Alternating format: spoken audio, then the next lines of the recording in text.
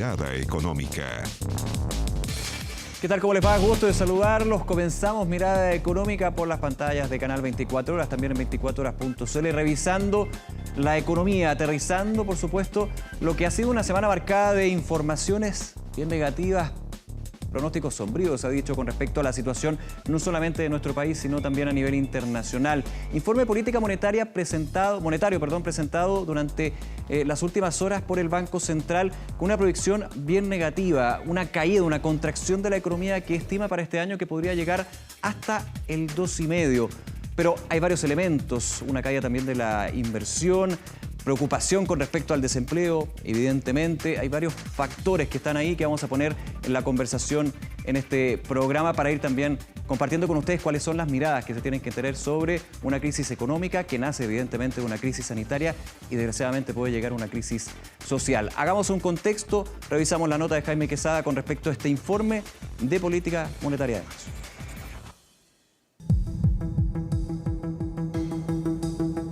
Una capital a media máquina. Hace más de una semana las calles de Santiago están casi vacías, restaurantes y comercios cerrados, algunos trabajadores en sus casas, otros despedidos o con la incertidumbre de cómo continuar. Lo inusual del shock que estamos viviendo, no solamente se trata de una caída de la actividad económica, se trata de una caída de la actividad económica porque hay actividades que no se pueden realizar. Un país funcionando lejos de su capacidad máxima llevó al Banco Central a realizar la proyección de crecimiento más pesimista de los últimos 11 años. Si en diciembre estimaba que el país crecería hasta un 1,5%, la pandemia del coronavirus provocó que ahora se espera una caída hasta de un 2,5%, el peor escenario desde el año 2009, cuando Chile se contrajo un 1,6%. La economía está en recesión. El pronóstico es lapidario. Chile sentirá y con fuerza la caída en su actividad, menor demanda, menor inversión y, por supuesto, mayor desempleo. La actividad económica está severamente perturbada, yo diría en forma mucho más masiva que para la protesta social. La mayoría de las personas va a sufrir y está sufriendo ya perturbaciones por la vía de los ingresos adicionales o porque son trabajadores independientes. Proyectar esa tasa, ¿no es cierto?, para Chile, me parece, no es sorpresa. Hay incluso algunos analistas que proyectan un menos 4%. Aquí la evolución de las consecuencias de la pandemia hay que verla todos los días. Estamos en un momento donde la pandemia COVID-19 avanza en el mundo, va a generar una recesión en el mundo y nos va a golpear fuertemente a nosotros también, aunque esperamos, y lo hemos dicho, de forma transitoria, pero de forma muy intensa y muy fuerte. El panorama recién mejoraría hacia el año 2021, donde el Central proyecta un crecimiento que incluso podría llegar al 4,75%. Buen pronóstico que también se extiende al 2022. Esto no es un ciclo económico donde la actividad empieza a decaer, baja durante varios trimestres hasta empezar a recuperarse.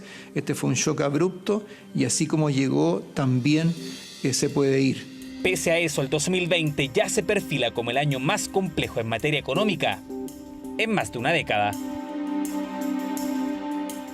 Ahí la radiografía del Banco Central. Vamos a estar conversando justamente, entendiendo lo que se puede explicar del informe de política monetaria, el contexto. Ya estamos en contacto con el decano de la Facultad de Economía y Negocios de la Universidad de Chile, expresidente del Banco Central, don José Gregorio. Muchísimas gracias por acompañarnos en Mirada Económica. José, ¿cómo está? Hola Nicolás, ¿cómo estás? Un gusto y muchísimas gracias, porque la idea justamente del programa es tomar lo que nos explica este informe de política monetaria, ponerlo en contexto, y parto con lo siguiente. Algunos dicen el Banco Central más bien hace una mirada conservadora, optimista con respecto a la caída de este año y un fuerte repunte del próximo año. ¿Cómo lo evalúa usted? Sí, mira, la verdad es que lo que pasa es que a mí me pasa lo mismo. O sea, yo digo, el Banco Central está pronosticando para este año, en promedio, una caída de 2%. Ahora tú me dices, dado la gravedad de todo lo que está pasando, un 2% me parecería una cosa cercana, un poquito mayor nomás, a lo que fue el año 2009, ¿no es cierto?, que fue menos 1,6, el año 99, menos 0,4. O sea, estamos en una recesión moderada. Digamos, una recesión es malo, pero es moderada, comparado con el 82, cuando nuestra economía cayó, además por razones internas, no porque hubiera algunas cosas externas también, pero cayó 14%. Por lo tanto, yo diría es una cifra que no revela un colapso total, pero sí es un escenario central. Hay mucho riesgo. la economía, como dice el banco, también tiene capacidad de recuperarse. Y tiene capacidad de recuperarse a niveles de 4% el próximo año. Creo que hay una cosa que es bien importante. Esta es una crisis global, mundial, que nos golpea muy fuerte. Pero hay que tener en consideración que la capacidad de recuperarnos, la capacidad de acotar los daños este año y la capacidad de recuperarnos con fuerza depende de nosotros. Si nosotros realmente tomamos las medidas correctas, adecuadas, yo creo que en su gran mayoría se han estado tomando, pero creo que falta bastante más. Creo que en ese caso vamos a tener buenas condiciones para poder salir adelante. Si nos retrasamos, si no somos oportunos, si vamos con medidas tímidas, esto puede ser mucho más costoso, José, muy doloroso. Sí, voy justamente a eso. Le pregunto, ¿cuáles son las medidas tímidas que se podrían dar? ¿Cuáles son las medidas potentes que deberían emanar? No solamente porque uno piensa que aquí solamente el Ejecutivo, el Gobierno es quien tiene que presentar medidas, pero también hay señales, por ejemplo, que se pueden dar desde el Banco Central, los reguladores, la Comisión de Mercado Financiero, por ejemplo. ¿Cuáles son las tímidas, cuáles son las potentes en esta pack de iniciativas que se necesitan para poder pasar esta recesión? No me gustaría hablar de tímidas, potentes, cuáles son y empezar a competir. Para tener en contexto, este año con las medidas recién anunciadas recién aprobadas, afortunadamente por el Congreso, sí, nuestro déficit fiscal puede subir entre 1 y 1,5 punto del producto. 1,5 punto del producto. Durante la crisis financiera, el impulso fiscal fue de 3 puntos del producto. Y hoy día la situación es tanto más grave. O sea, eso es como un punto de partida. Estamos en el inicio. ¿Cuáles son las cosas que yo creo que hay que hacer? Primero, hay que proteger los ingresos de la gente. Esto no solo tiene razones económicas, también hay cosas éticas. Hay gente que nosotros le pedimos, le exigimos que no trabaje, que se quede en su casa, porque tenemos todos que colaborar a resolver esta crisis sanitaria. Pero para eso mismo lo que nosotros necesitamos es proveer ingresos. Se ha hecho algo con la gente que tiene contrato y que tiene acceso al seguro de desempleo, ¿no es cierto? Y en ese sentido, esa gente va a poder, las empresas no van a tener necesidad de quebrar, que es lo que ya vamos a hablar un poquito de la empresa, pero la gente va a poder ir a sus casas, va a poder hacer cuarentena o quedarse trabajando remotamente, o por último sin trabajar, quedándose en sus casas por razones de salud, y van a recibir un ingreso. Pero hay decenas de miles, centenas de miles y millones de chilenos que tienen trabajo independiente, que no van a tener ingresos porque no están sujetos al seguro de desempleo. Tenemos que dar bonos, y tenemos que dar bonos significativos a todas esas familias. José. ¿Y eso qué significa? Hacer un aporte importante. Simplemente, el bono que se aprobó son 170 millones de dólares. Gracias. La parte que va para seguro de desempleo son aproximadamente 2.000 millones de dólares. Hay una relación de menos de la décima parte. Creo que hay que poner un esfuerzo muy grande en toda esa gente que no tiene sueldo, que no va a poder salir a trabajar y que queremos que se quede en sus casas y queremos que pueda sobrellevar este periodo muy duro. Esa es la parte, yo diría, que es bastante importante desde el punto de vista de los hogares, de los trabajadores chilenos. Pero por otra parte también hay el problema con las empresas. Las pymes, en general, son empresas que viven de los flujos que tienen en un mes, 2 meses. Del día a día muchas veces. 3 meses. Efectivamente, tienen que pagar sueldos, tienen que pagar arriendo, tienen que pagar un montón de cosas que va dependiendo de los ingresos que les llegan. Si pasa 1 mes sin ingreso, 2 meses sin ingreso, ¿cómo va a pagar los sueldos? Va a tener que despedirlo y va a tener que cerrar la empresa porque no tiene plata para pagar indemnizaciones. Entonces, eso es lo que nosotros tenemos que apoyar a las empresas, porque lo que hoy día estamos pasando es una crisis, pero que la inmensa mayoría de las empresas va a haber reestructuración en la economía, pero muchas de esas empresas, muchas de esas pymes tienen capacidad de en 3 meses más volver a trabajar, volver a proveer empleo, volver a generar actividad económica. Y si no hacemos algo potente con ello, que es lo que yo he estado diciendo, creo que se está siendo contemplado y tenemos cierta infraestructura, aunque relativamente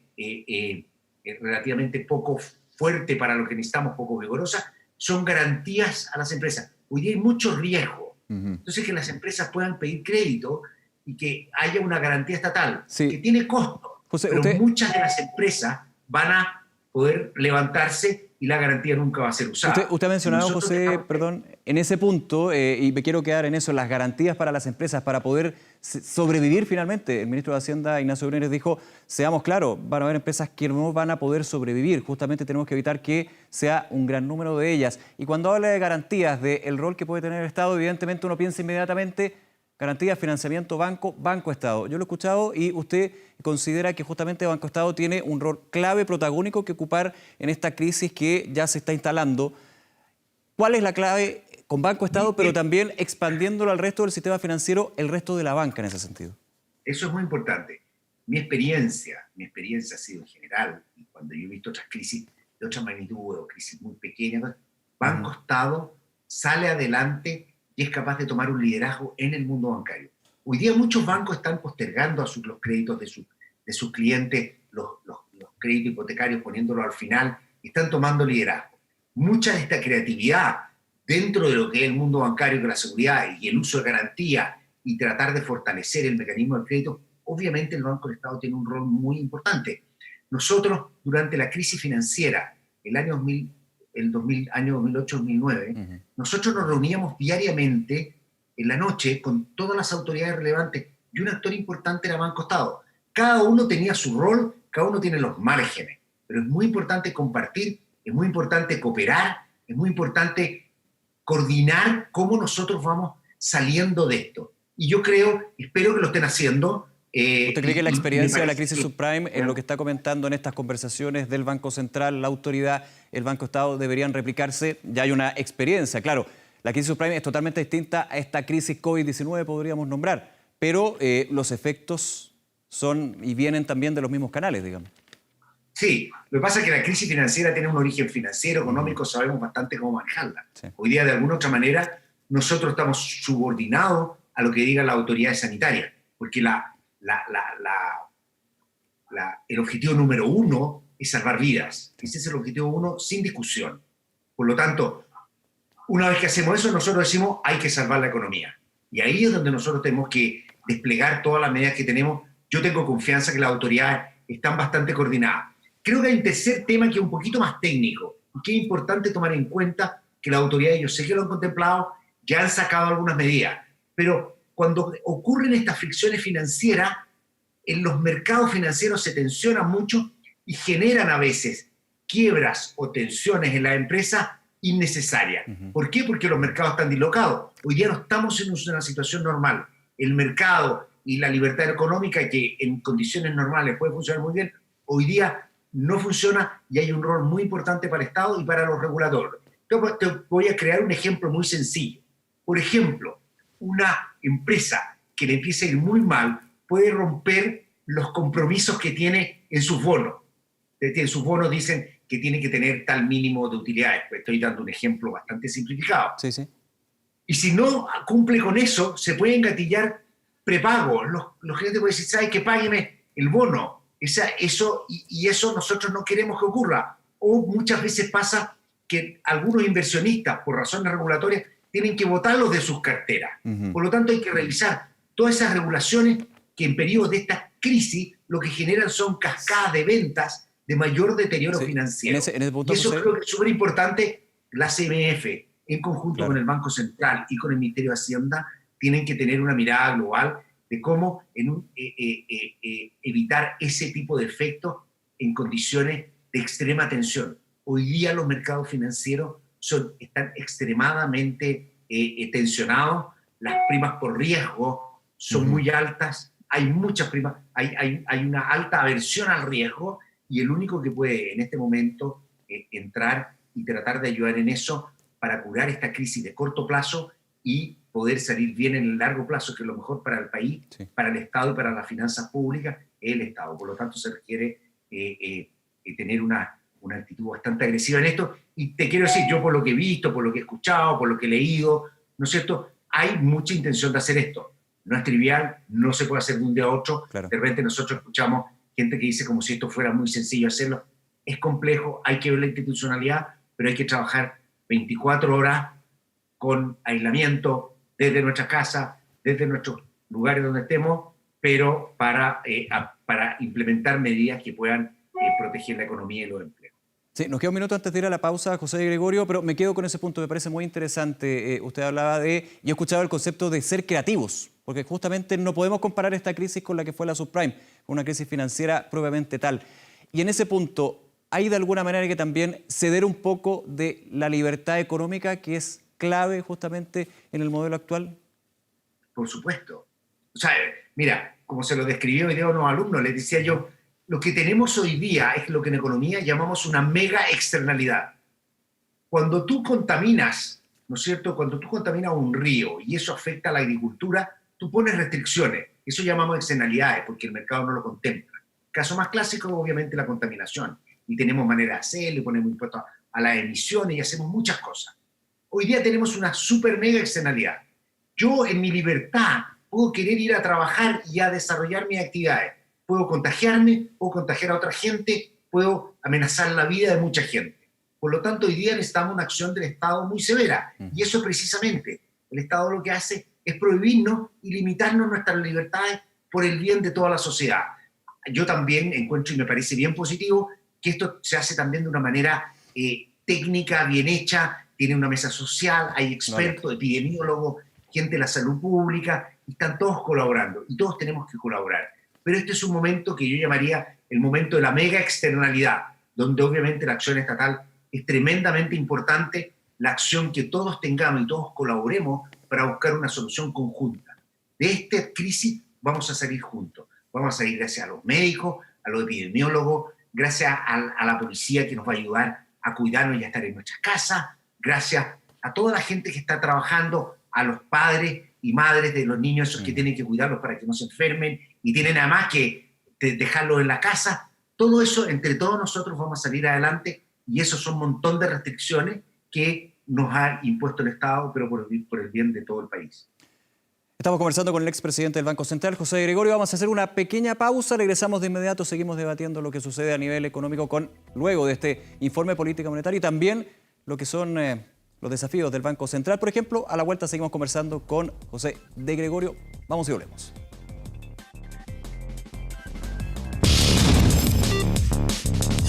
Mirada económica.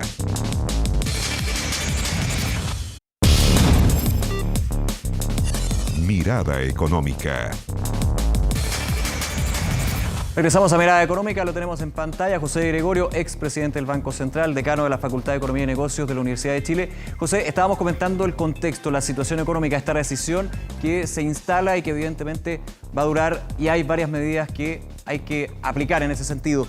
Quiero llevarlo a lo que ha sido el Banco Central, porque muchos empiezan a poner la lupa en el ente rector, pero por sobre todo en una de sus grandes herramientas, que es la tasa de política monetaria, conocida como la tasa de interés, tasa referencial.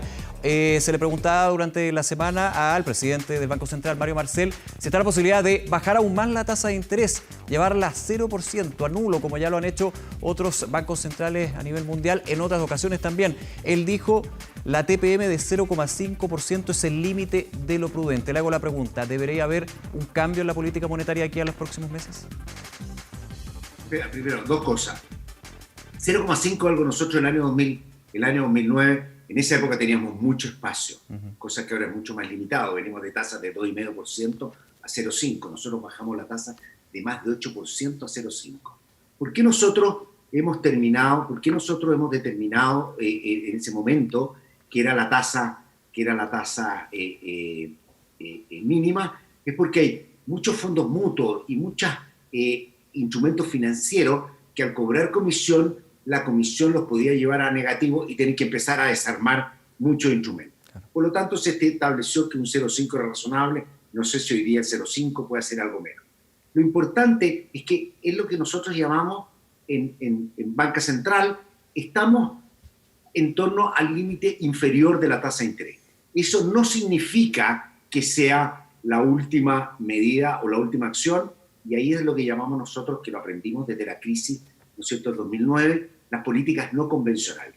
¿Cuáles son estas políticas no convencionales? Primero, no solo bajar la tasa, sino, como ha dicho hoy día el presidente del Banco Central, esta tasa va a durar mucho tiempo, probablemente un año. Eso significa que eso ayuda a que todas las tasas y las tasas a largo plazo sean más bajas. Y la otra medida importante, esta es, en algún momento uno puede decir, ¿cómo bajo yo las tasas largas? Que normalmente los bancos centrales no entran a la tasa larga porque hay un montón de problemas técnicos y de volatilidades que no lo hace prudente. ¿Qué es lo que hace el Banco Central? Anuncia programa de compra de bonos de largo plazo. ¿Para qué? Para bajar su retorno. Eso también es algo que podría hacer el Banco Central, todavía tiene que dimensionarlo, Creo que hoy día el principal problema, y lo han estado abordando, todavía quedan cosas por hacer, son temas de liquidez y de funcionamiento, de dislocación de los mercados financieros, que yo creo que es lo primero que hay que abordar. Pero obviamente se puede dar más impulso a la política monetaria, obviamente estando en situaciones bastante más límite y con una política monetaria que parte con menos niveles de espacio de los que teníamos hace 10 años atrás.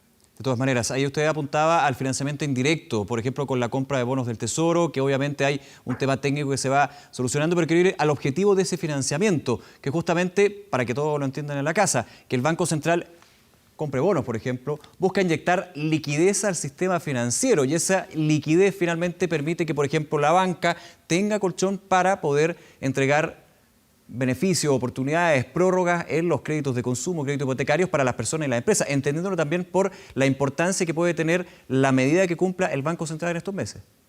Así es, Nicolás.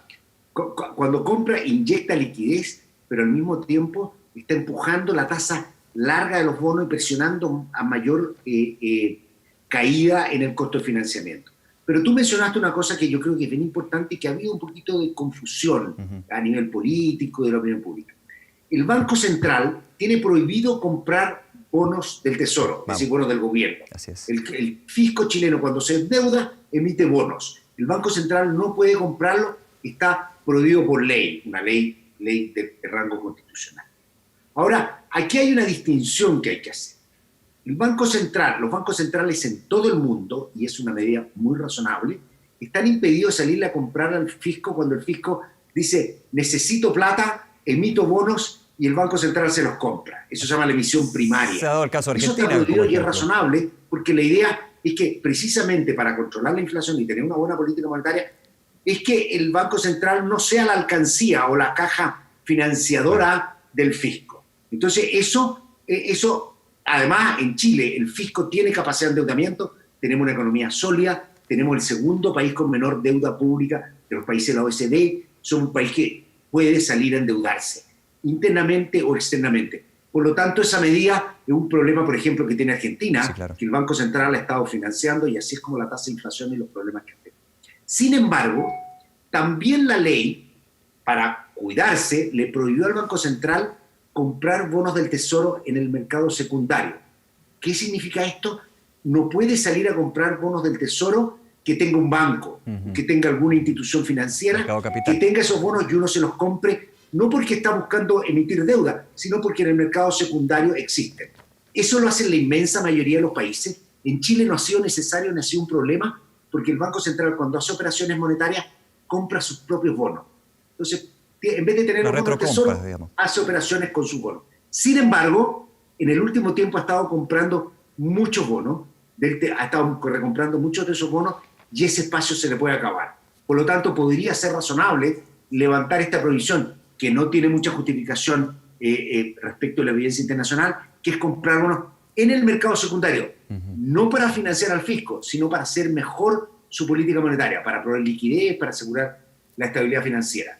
Habiendo dicho eso, quien tiene el rol de pedir que esa prohibición se levante es el propio Banco Central.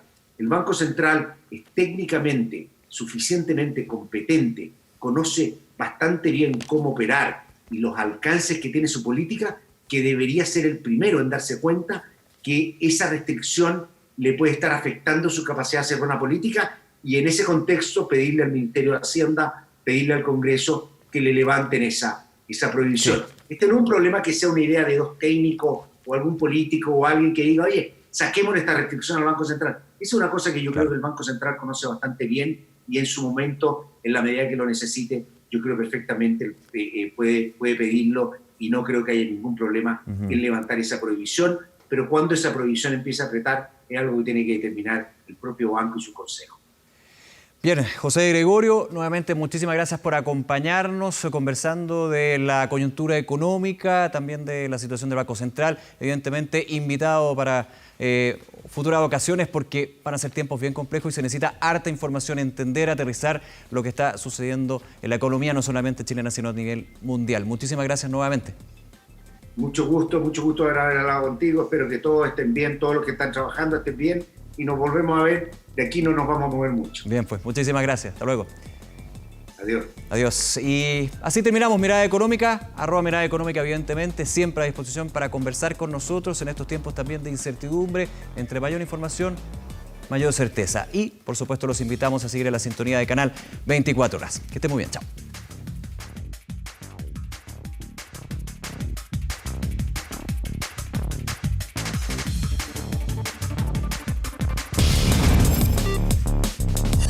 Mirada Económica.